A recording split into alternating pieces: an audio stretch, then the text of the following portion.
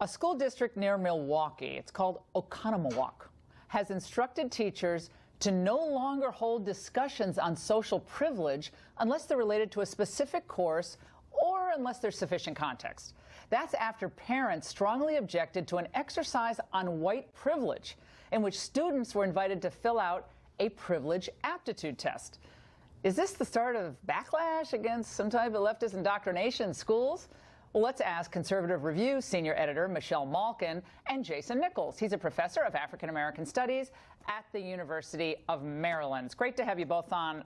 Professor, thank you. I was kind of checking out the white privilege aptitude test, and I think I'll go through it for you, just for our viewers to understand what's going on. Okay, so here's some of the questions, or some of the statements. You have to check what applies to you. When I go to the store, people believe that I am trustworthy and I will not steal something. People in the store do not follow me around. Next one. As a boy, I can play with dolls, or as a girl, I can play with trucks without anyone questioning my choice. Next one. I will not be teased because of my last name. Next one.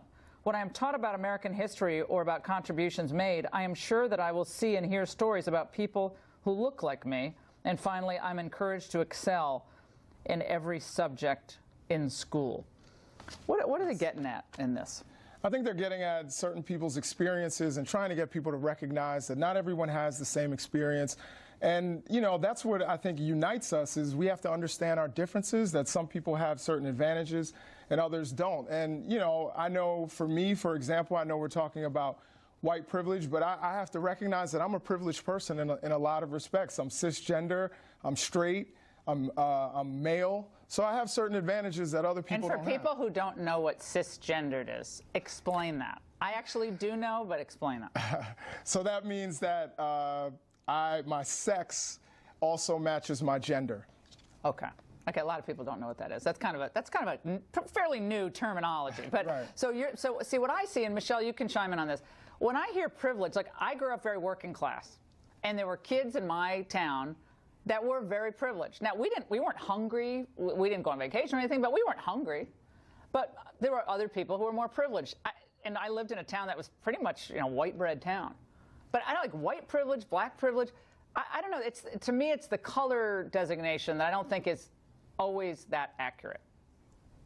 Well, I think that a lot of this social justice radicalism is not about instructing children in any kind of core academic field, and that's what the parents who objected were getting at, because this has nothing to do with the mission of public education. This is about brainwashing generations of children into the very kind of racial and ethnic and gender divisiveness and, yes, discrimination that so many of these left-wing activists purport to be against. The kind of blanket stereotypes and the grievance mongering that manifests itself in so-called privilege aptitude tests like this, Laura, it's a predetermined outcome. You are not allowed to challenge the premise that simply because of the color of your skin, you automatically have certain privileges. And that's what these parents rose up against when this happened 2 months ago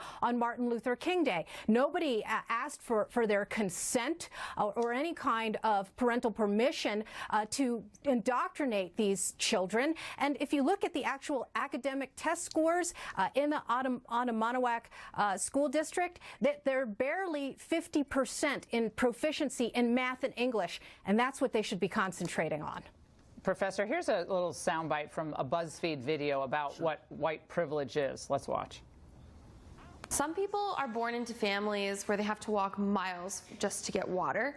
All I have to do is turn on a faucet. That's privilege. Okay, now you have to admit that's just ridiculous. I mean, that's now privilege. I mean, I think maybe in other countries you have to walk miles to get. But it just seems like we're reaching to find the privilege. I just turn on a faucet, so I'm privileged. So pretty much everybody in our studio, all the crew, we're all privileged, I guess. Yeah, people Laura, of all I different don't colors think here. that was definitely. I don't think that was specifically referring to It white is funny, privilege. though. I think that was referring to American privileges that we have. Yeah. That the fact that we are able to turn on faucets, unless you live in Flint, Michigan, you can turn on a faucet and get a drink of water and assume that it's going to be healthy. But to Michelle's point, that aren't we worried at some point that this focus is what indeed is dividing us as Americans? I feel like you and I could sit down, we could agree on so much stuff, like politics, schmolitics, but we could agree on so much about kids and good manners and all the things that we love about people and relationships. But then we go like, well, you have white privilege. I'm like, what? I worked my tail off my whole life. My mom was a waitress till she was 74 years old. I don't really want to hear about white privilege because my mom had crippled hands. She couldn't even hold things when she was 75 because she had worked her tail off her whole life. So that wasn't privilege. I think that people misunderstand what white privilege is actually referring to. It doesn't negate hard work. It doesn't actually try to refer to guilt. And the other thing that I would refer to or try to respond to Ms. Malkin's comment, and that is that, this is meant to make good citizens, make us understand one another and understand our experiences. I'm all about that. As far as your, excuse me, hold on. As far as I was, your mother's hard work. So let's take a quick metaphor here. If we're both running a race, and I'm running a steeplechase, and you're running, a straight path, it doesn't mean that you're not faster than me.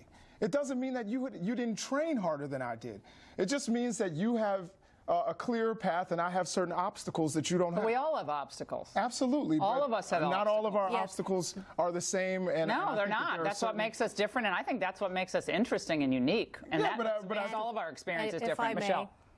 Yeah. And if I may, the whole point of the social justice brainwashing is that it dehumanizes individual experience. What drives this ideology and why it's so toxic and why so many parents are rising up against it is because it saps the individualism out of every person's story.